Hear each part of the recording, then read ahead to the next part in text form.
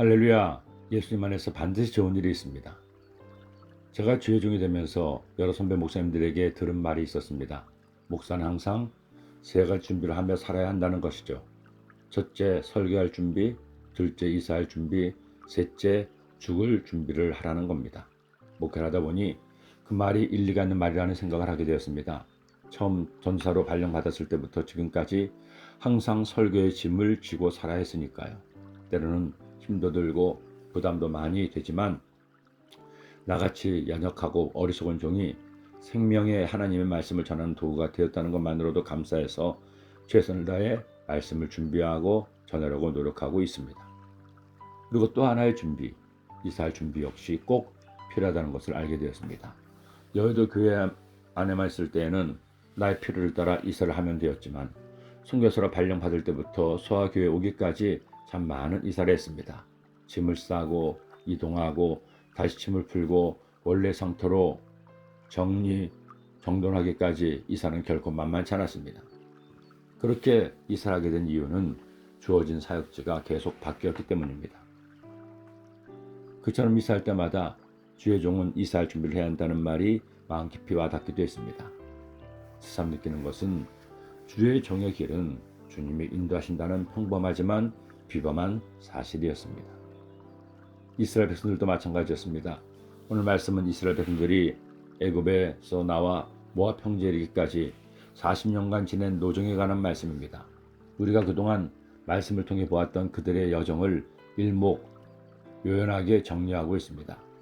애굽 라암세스에서 출발한 그들이 가장 먼저 숫곳에 진을 치고 홍해바다를 건너 마라에 진을 쳤습니다.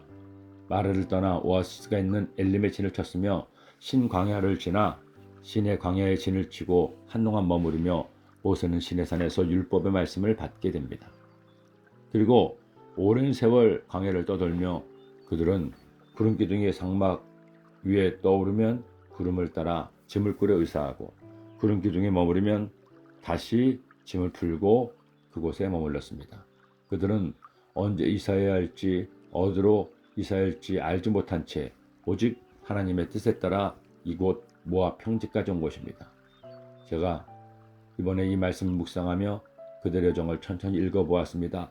놀랍게도 그들이 진을 찬 장소가 40년 동안 40곳이었습니다. 숫곳에서 모압 평지까지.